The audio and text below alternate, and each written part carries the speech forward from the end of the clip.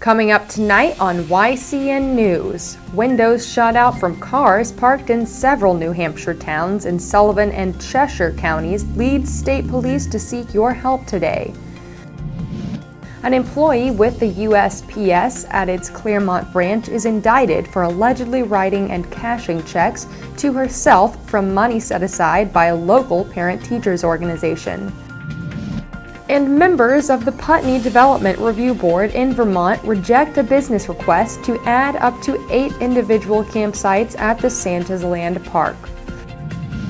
For more news, weather, and sports, it's time for YCN, your local view. Now, your daily digest of the Dartmouth Lake Sunapee region, southern Vermont, and Windsor County. News, sports, weather, and all that is happening in our area. The news on YCN, your local view. Good evening and welcome to this Thursday edition of YCN News. I'm Rose Spillman. Windows shot out from cars parked in several New Hampshire towns in Sullivan and Cheshire counties are the reason state police seek your help today. Police yesterday morning took calls from people who live in Walpole, Alstead, Ackworth, Newport, and Croydon, reporting vehicles parked outside their homes had been shot out with a BB or pellet gun. Damage to the car or truck windows is more than $3,000, say police. Over a dozen vehicles were damaged in what state police are calling an overnight crime spree. It wasn't a fun way to start the day for the people whose cars were damaged, people who discovered the damage yesterday morning. Police believe that sometime between 10 p.m. Tuesday night and 2 a.m. yesterday morning, the shooter or shooters drove through several west central New Hampshire towns, stopped in the roadway briefly, and shot out car or truck windows. There is one lead in the case, say police. They are looking for a vehicle with a loud muffler or exhaust, possibly an older model 4x4 or pickup truck. If you have any information about these shooting incidents or hearing the loud truck between those nighttime hours in these towns, call Trooper Michael McLaughlin at the Keene Barracks. The number is 603-358-3333. A Sullivan County grand jury has handed up indictments, including one involving 4 people charged with driving through Claremont March 3rd, shooting at windows with a stolen BB gun and stolen ammunition. An indictment is not a statement of guilt. It is a formal charge to a person of a felony-level crime. Details of the conspiracy are spelled out in court documents. 17-year-old Louis Gradicos of 6 Manor Drive, Apartment 6 in Claremont, allegedly agreed with Alexis Banks, Damian Partlow, Josh Nieders, and Brianna Webb to take action that resulted in the multiple window shooting damage. On that Monday in March, court documents note, Banks provided transportation to Gradicos, Partlow, and Nieders to the Walmart on Browen Street in Claremont. Once at the store, an airsoft BB gun and BB pellets and carbon dioxide or CO2 cartridges were stolen. With the gun and ammunition in hand, the windows of several downtown Claremont businesses and nearby homes were damaged, the indictment notes. As Banks drove around the city with Gradicos and Partlow in her vehicle, the shooting began. Partlow is alleged to have shot and damaged glass at Stevens High School and at a home at 97 Summer Street. Gradicos and or Partlow, the charge reads, shot and damaged glass at Reed Opticians at 63 Pleasant Street, a home at 39 and 79 Pearl Street, and at the Stone Arch Bakery at 39 Main Street. More damage to windows allegedly by Gradicos and or Partlow was done at the Walsman Lanzera Chiropractic Life Center at 39 Myrtle Street, Bond Auto Parts at 11 Main Street, the Way School Condominium Association, and at Pleasant Street Furniture and Antiques. Also on March 3rd, the 2 men allegedly shot and damaged glass at the War Room on Pleasant Street, at the Naughty Vine in Opera House Square, and to an automobile belonging to Cynthia Cordes, and at the Pleasantiques retail shop. 2 charges of conspiracy to commit criminal mischief for the greater than $1,500 in damage caused were issued by the grand jury. The penalty, if convicted of the charges, is 3.5 to 7 years in prison and a $4,000 fine.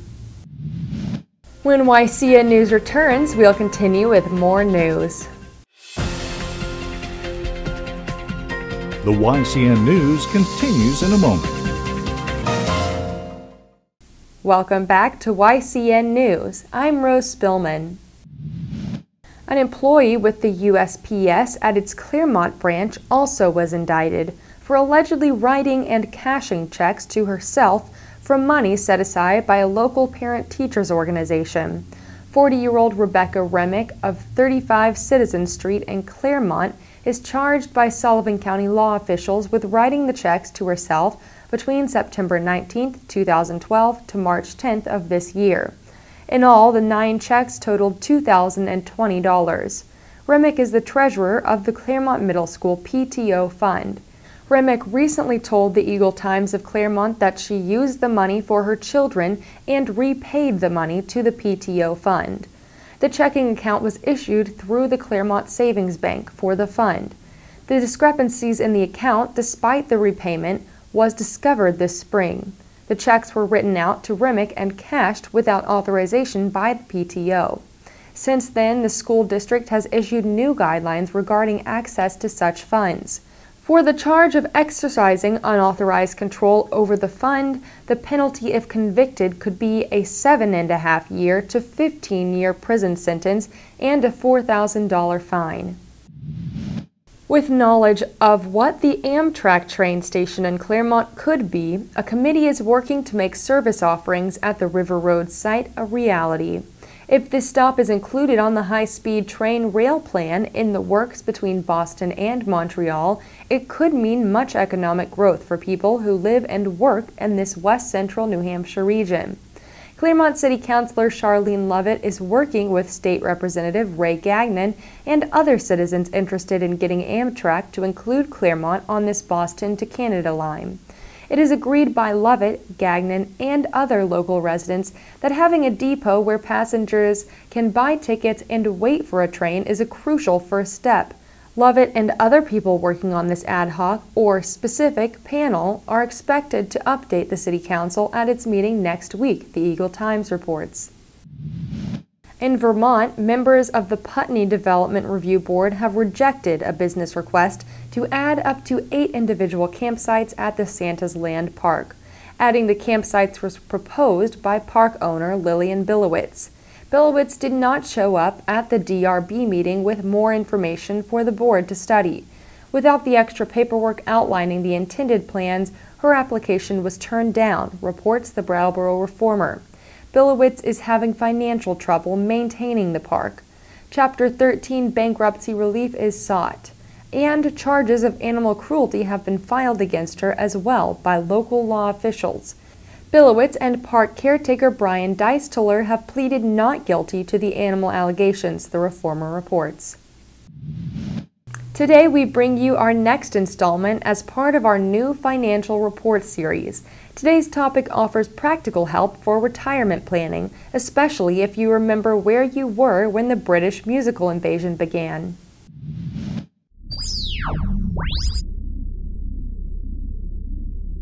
Yeah, I've heard that about 50% of baby boomers question whether they will ever be able to retire. But as you mentioned, it's probably not realistic to expect that you will work until the day that you die.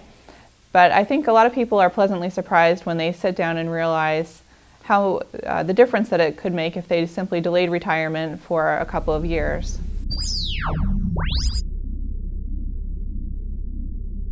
And if you're getting close to retirement and you're concerned about whether you are prepared for that, if you sit down with a financial advisor, they can help you work through the numbers and see what the impact would be. You know, maybe if you're not on track to retire at the age you had originally intended, waiting a couple of years could help a lot. For example, Social Security benefits increase substantially if you delay a couple of years. You can delay as long as age 70, and there's a big difference between the benefit you collect at 62 versus the benefit you can collect at age 70. I think a smart approach is to think about your money in different buckets. You have short-term needs, you have medium-term needs, and then you have long-term needs. And even if you're facing retirement soon, it's still important to keep some of your money invested for growth so that it will be there for you years in the future. If you're still saving for retirement and maybe you're contributing to a 401k, consider whether you can afford to increase your contributions. It will make a difference. Even more importantly, look at the mix of investments that you have. Getting your asset allocation right, making sure you have the right mix of stocks versus bonds, for example, is one of the most important factors in those last final years before retirement. This is Martha Mackey, your local Edward Jones financial advisor, located at 54 Opera House Square in Claremont, New Hampshire. Member SIPC. Thank you, Martha. Please follow YCN News for upcoming financial news reports. Turning to the Upper Valley, people who enjoy walking or riding on the Northern Rail Trail in Lebanon can do this again. That's because improvements done along the trail to complete sewer line work are complete. The trail runs from the Bank Street extension to the Lebanon Pool area. If anyone has questions regarding this notice, please contact Public Works at 603-448-3112. Welcome back to YCN News. I'm Rose Spillman. Now Matt McDonald will have a look at our weather for the next few days and then move on to sports. Thanks, Rose. Tonight we have a 30% chance of showers with mostly cloudy skies and lows in the 50s. Tomorrow we have a 30% chance of rain before 11 a.m. Skies will be mostly cloudy with a high of 69 degrees. Friday night we'll have lows in the 50s with mostly cloudy skies and calm winds. Saturday will be partly sunny with a high of 76 degrees and winds around 5 miles per hour. Saturday night will be partly cloudy with lows in the 50s. As you can see here, we may be hit by some showers, but after that, skies will range between sunny and cloudy. Now let's see what's coming up on our community calendar. Tomorrow in Cornish, New Hampshire, the Selectmen will meet at 3 p.m. In Vermont, the Bellows Falls Farmers Market will begin at 4 p.m. In Norwich, Wind That Shakes the Barley will bring Celtic tunes to the green at 7 p.m.